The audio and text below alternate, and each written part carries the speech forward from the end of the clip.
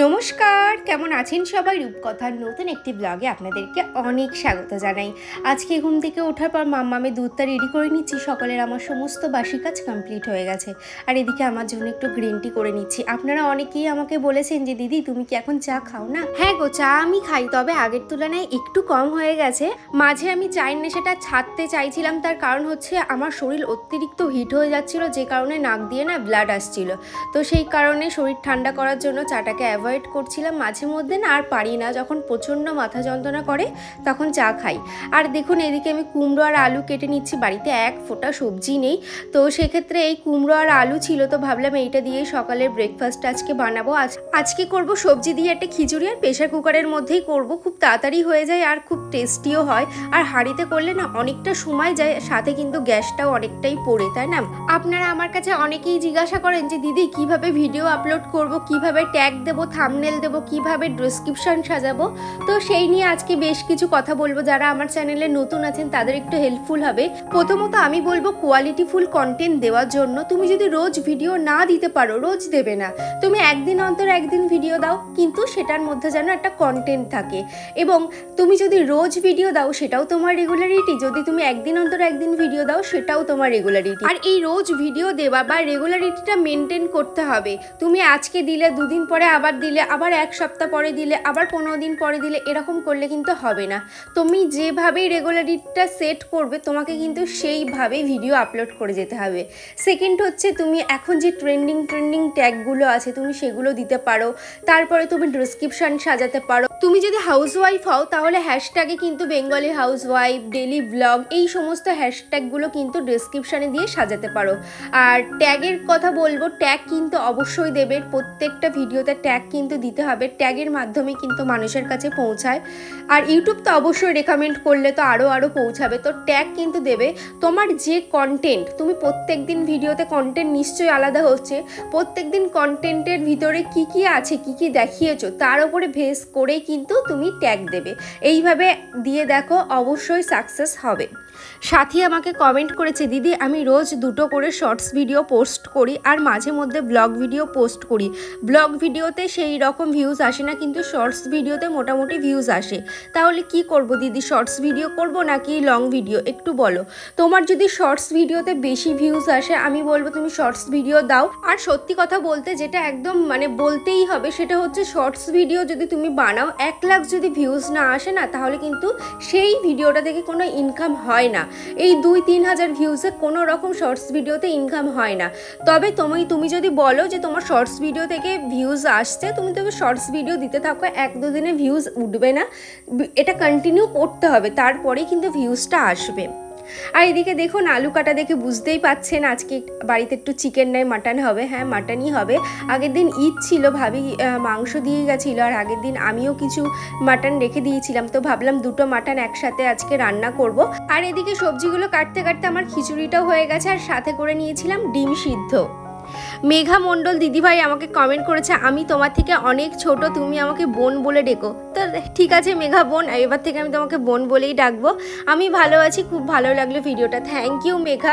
এইভাবেই দিদিভাইয়ের পাশে থেকো। সুস্মিতা আমাকে কমেন্ট করেছে একদম ঠিক বলেছো, গরমের দিনে গরম ভাতে গরম ভর্তা খেতে ভালো লাগে। সত্যিই তাই গো, আমার এই ধরনের ভর্তা চচ্চড়ি এগুলো আমার প্রচণ্ড প্রিয়। আমাদের ছোট্ট সংসার অ্যাকাউন্ট থেকে দিদিভাই কমেন্ট করেছে ভিডিওটি ভীষণ ভালো লাগলো, ভালোবাসা দিলাম বন্ধু, থ্যাংক ইউ। এইভাবেই আমার পাশে থেকো। নবনীতা দিদিভাই আমাকে কমেন্ট করেছে পলা বাঁধানোটা খুব সুন্দর হয়েছে, কাকিমা এবং দিদাকে আমার প্রণাম নিও। হ্যাঁ অবশ্যই, তোমার কথা আমি আমার মাকে অবশ্যই বলি, জানো তো। আর খুব ভালো লাগলো দেখতে, সবসময় ভালো লাগে তোমার ভিডিও দেখতে। ভালো থেকো, সুস্থ থেকো। থ্যাংক ইউ দিদিভাই, তুমিও ভালো থেকো, সুস্থ থেকো। পূর্ণিমা আমাকে কমেন্ট করেছে ভিডিওটা সত্যিই অনেক সুন্দর হয়েছে, থ্যাংক ইউ পূর্ণিমা, এইভাবে আমার পাশে থেকো। আর কেমন আছো অবশ্যই কমেন্টে জানিও।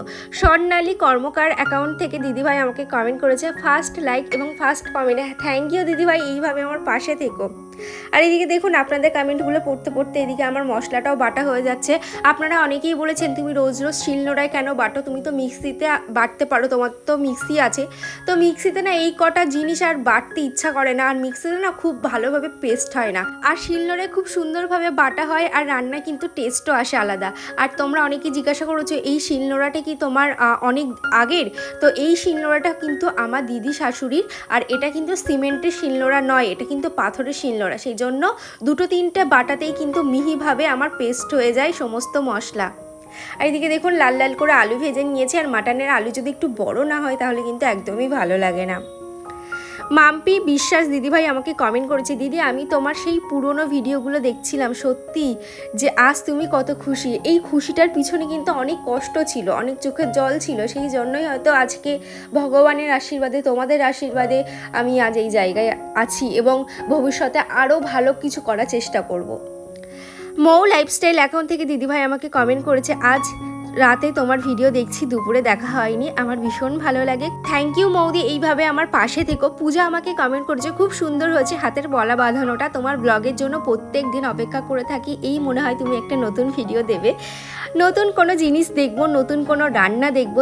তুমি বললে ভর্তা খেতে খুব ভালোবাসো, আমিও তাই, বাটা খেতে খুবই ভালোবাসি। কুমড়োর পাতাগুলো দেখে মনে হচ্ছিল বাটা খাই, আমি আবার বাটা খুব পছন্দ, ঝিঙে বাটাও দারুণ লাগে। তো একদিন ঝিঙে বাটা করে দেখবো তোমার কথা অনুযায়ী। আর এদিকে দেখুন মাম্মাম প্রচণ্ড খেলনাগুলো এদিক ওদিক ছড়িয়েছিল, সেগুলোকে গুছিয়ে মাটনটা নামিয়ে নিলাম। বেড কভারটা তুলে দিয়েছি, তো সেই সমস্ত বেড কভার, বালিশের কভার সমস্তটাই আজকে কেচে নিচ্ছি, আর হালকা গরম জল দিয়েছি যাতে সমস্ত জিনিস একটু ভালোভাবে পরিষ্কার হয়।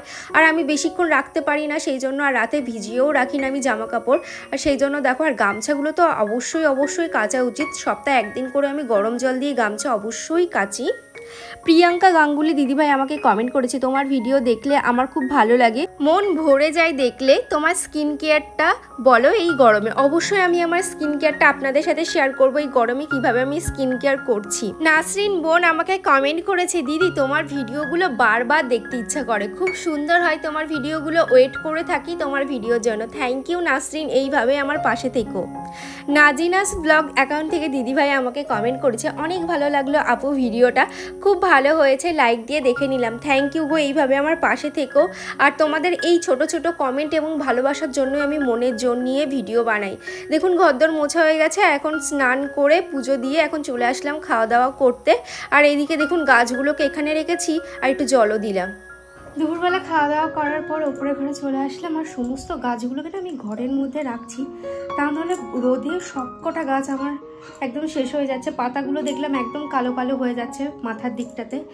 আর আপনারা অনেকেই জিজ্ঞাসা করেছেন যে বিটরুট পাউডারটা আমি কোন কোম্পানি নিয়েছি, তো আমি এই ভিডিও ডেসক্রিপশানে বিটরুট পাউডারটার লিঙ্ক দিয়ে রেখেছি, তোমরা চাইলে পারচেস করতে পারো। আর খুব ভালো, স্কিনটা খুব সুন্দর গ্লো করে, আমি একবার ইউজ করেছি তাতেই আমি বুঝতে পারছি, এটা যদি সপ্তাহে 2 থেকে 3 বার ইউজ করা যায় তাহলে ভীষণ ভালো। তাহলে চলো খাওয়া দাওয়া করেছি, বিকেলবেলা গিয়ে সমস্ত জামা কাপড় তুলবো। আর এদিকে এত গরম পড়েছে, তো ভাবলাম বিকেলবেলা একটু লস্যি বানাই, সেই জন্য একটু টক দই দিয়ে লস্যি বানিয়েছিলাম, আর লস্যিটা খেতে কিন্তু খুব সুন্দর হয়েছিল, বাতাসা দিয়েই বানিয়েছিলাম। আর এদিকে দেখলাম সমস্ত জামা কাপড় আমার শুকিয়ে গিয়েছে, এতটা রোদ ছিল আজকে যে এক রোদে সমস্ত কিছু শুকিয়ে গিয়েছে। আর এই বালিশের অর বা বেড কভার আমি যখনই কাচি না হালকা করে একটু রিভাইভ দিয়ে দিই, তাহলে কিন্তু হালকা হালকা মাঠ থাকে, বেশ ভালোও লাগে, জামা কাপড়গুলো দেখতেও ভালো লাগে। শীতকালে তো আমি নাইটিতেও রিভাইভ দেই যাতে পরতে ভালো লাগে। আর এদিকে দেখছেন আমার পুদিনা গাছটা কতটা বেড়ে উঠেছে, তো ভাবছি এটাকে অন্য একটা টবে দেব, বড় একটা টবে দেব, তবে ক্যারেট আনা হচ্ছে না বলে আমার 2টো জবা গাছ এখনও লাগানো হচ্ছে না। নার্সারিতে যাব, সারগুলো আমার ফুরিয়ে গেছে, ভার্মি কম্পোস্ট ফুরিয়ে গেছে, তো সেইগুলোও আনতে হবে। ছাদ থেকে পরিষ্কার করে তারপরে যাব নিচে হাত মুখ ধুতে। তাহলে চলো ব্লগটা আর বড় করছি না, এখানেই শেষ করছি, দেখা হচ্ছে নেক্সট ব্লগে, টাটা।